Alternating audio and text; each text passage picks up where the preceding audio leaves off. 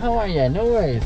For Dennis, right? For Dennis, yeah. Yeah, my boss called me there before I left, so I took a little bit. Ah, no worries. That's okay. Glad we found each other. You got it. Dennis, my name is Biniam. Nice to meet you, my friend. Nice to meet you as well, man. They were just ideally situated in the right spot. I thought, are you guys by any chance familiar with? Yeah, yeah, those guys. Yeah, they're like, actually, no. But there's usually more people here, but I guess it's a short week, so not many. Oh, gotcha. Oh, short week because of the holiday this weekend. Oh, yeah, exactly, yeah. I keep forgetting it's coming up. Friday. What do you do here, Dennis? I handle the logistics and procurement for that company there. It's a cannabis company. I could totally tell. Yeah, it smells? No, I couldn't. Oh, I was going to say, well, because it sometimes reeks, man. It does smell, eh? Okay. Sometimes it reeks. And sometimes, man, it just sticks to the clothes even though I'm never there. Yeah. I'm always in an office still. I hear you. You still have that smell to it. It's kind of like a barista at a coffee shop, right? Exactly like that, actually. Yeah. I would say that, not from my side of things, but from the grower side of things, it's probably super close to a barista's job. Okay. So say that title again. You're a something. Yeah, I'm a logistics and procurement supervisor. So. Okay, so you look after like the acquisition. Exactly, and distribution. And the distribution. Okay. Like anything in supply chain. Of cannabis. Cannabis. And is this like one of the factories or the? Yeah, this is where we grow it. Yeah. This is where you grow it. We distribute it to the government. Yeah. To the regulating body, and then they sell to the stores that you see around everywhere. Hence the high level security in. Exactly. Gotcha. Yeah, there's cameras everywhere, passwords everywhere. I got this, and then at the same time I have to put a code in, and it's crazy. So they exactly know where you're at all times. At all times. And you do anything wrong, and a big alarm will go off. And oh, seriously? Call the media. Oh, yeah. Seriously? Yep. See, yesterday I was doing a ride late in the evening, maybe about 11 o'clock-ish, and I was stopped for the pickup at a location that's close to a cannabis store. I didn't realize what was going on, but all of a sudden the police came out of nowhere. And I didn't realize it, but amongst the parked cars there had been an altercation. What had happened, apparently, I guess some guy had tried to make a run for it with some product. He's crazy. And one of the employees had run after him and just taken him down. And so so when the cops showed up, the guy who subdued him all of a sudden backed away with his hand off, kind of, and this is your guy. Oh my goodness. That's crazy. Yeah, so it's I'm thankful that nobody would ever be able to even come close to getting inside. Yeah. So I sympathize with those people that are selling the product, because there's a lot of crazy people out there, man. Yeah. And with like any narcotic, there is, psychological addiction, and people do anything, man, when they want their fix, for that matters. Hey. And it's relatively a new arena here, isn't it? Definitely a brand new arena. Yeah. Even it's been for 2 years legal, and it changes every day. Really? Something different every day. Like, regulations adjusting, and you learn new things, and on our side of things, we're very passionate about the chemistry side of things. We're doing a lot of research on that side. Yeah. And man, some of the stuff that you're finding out it's crazy. It's good. Like it's it's a step in the right direction. Sure. Getting a proper product. Yeah. Kind of like how alcohol, when it, back in the day, when it was first legal. Yeah. Everyone would just drink moonshine. Sure. That was the biggest thing. Oh, moonshine. Yeah. And then now you have peach vodka or whiskey from everywhere. Yeah. I think we're heading in the right direction towards that. Towards the more specialized cannabis. It's interesting, man. It's an interesting industry. You smoke at all? I don't. At all? I don't. No, I've never smoked. I've never really had the desire to. I'm like, it's not for everyone. I don't drink, so it's thing for me. Like I don't like, just not the appeal for me. I don't know. I've got friends that do, and they like swear by it and so on like that. Okay. Yeah, it's like with it's a drug, man. Like with alcohol, like with cigarettes, it depends on what you think. Some people don't do any drugs, and their drug is life. They're just enjoying life, and that's fair for you, man. Choose your choose your outlet, pretty much. Yes, absolutely. I was talking to another grower at a different facility, and he was telling me that the parameters in which the regulations keep you guys is that you can only work off of a certain kind of seed that you had initially. You can't expand to getting outside seeds or that kind of thing. There's workarounds for that, though. You can definitely do things about it.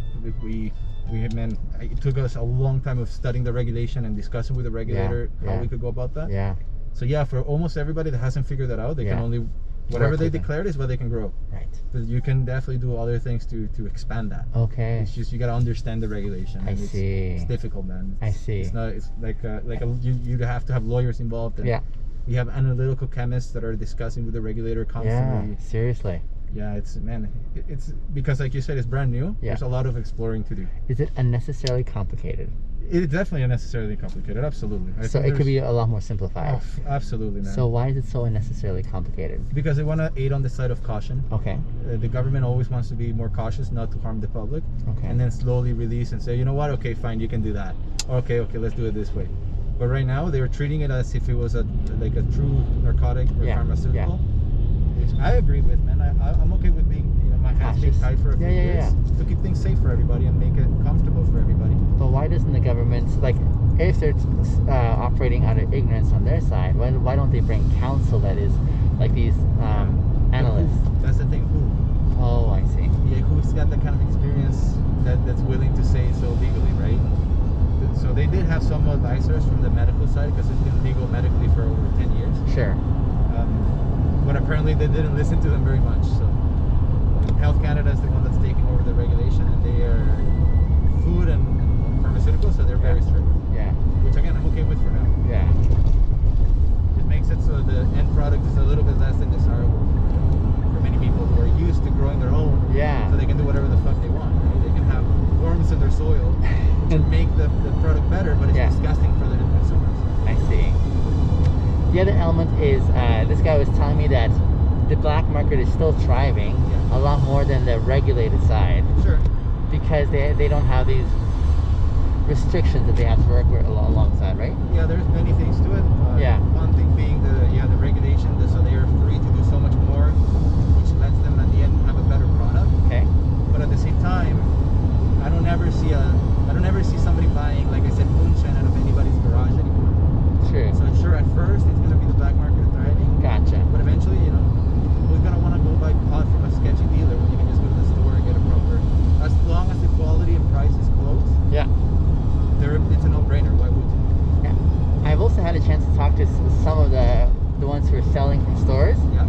And they've been telling me how competitive and difficult the market is right now. Yeah. And so that's also been fascinating for me as apparently it seemed like there was a huge optimistic outlook of the forecast in cannabis sales, but it's been a bit of a letdown.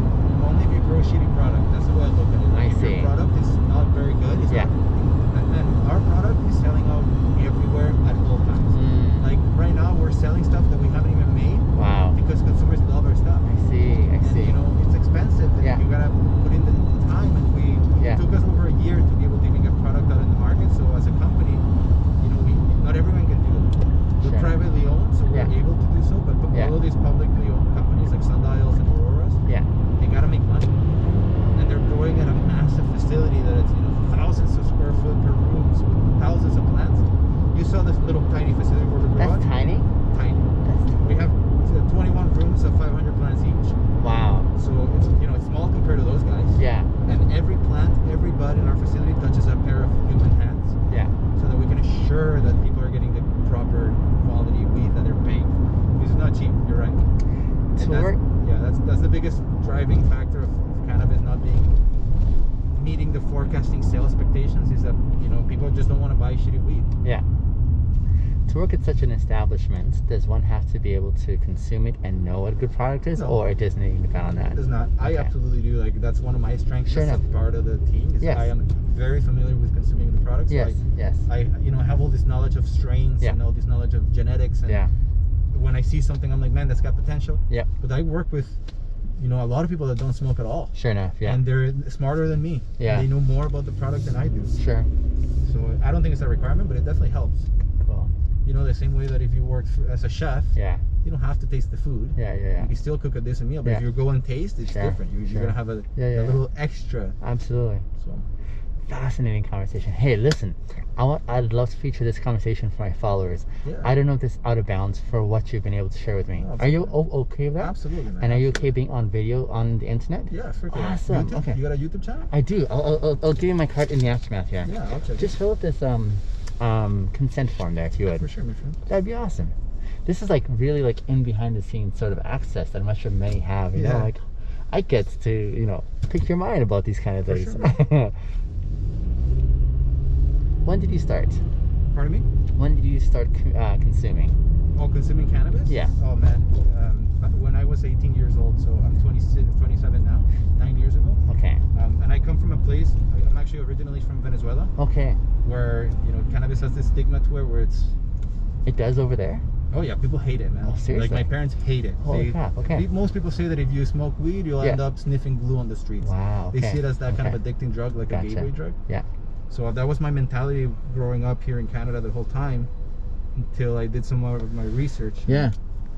What did it take for you to like overcome that kind of narrative and get over the guilt? Seeing all these successful people that smoke, man. That's honestly the biggest thing for me. Is like I see all these people who are still have a successful life and family, and they're not, you know, couch locked, and that went against everything I knew about the effects of this. So I was like, hey, I started doing some research about the addiction, reading scientific studies, and there's really very little correlation with it. So I said, fuck it, I'll try.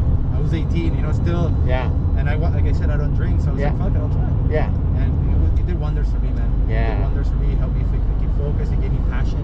So, was it like that night they switched just like that? That you're like, okay, this is it? No, it was definitely gradual. At first, it was definitely as a young kid having fun with it. Yeah.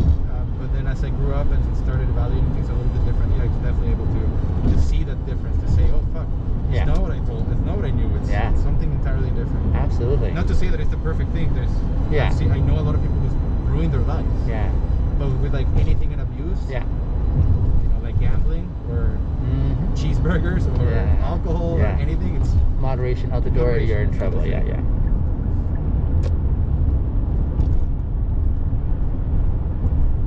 I'm glad you're here. Pardon me? I'm glad you're here. Yeah, man, for sure. This is cool. I didn't know.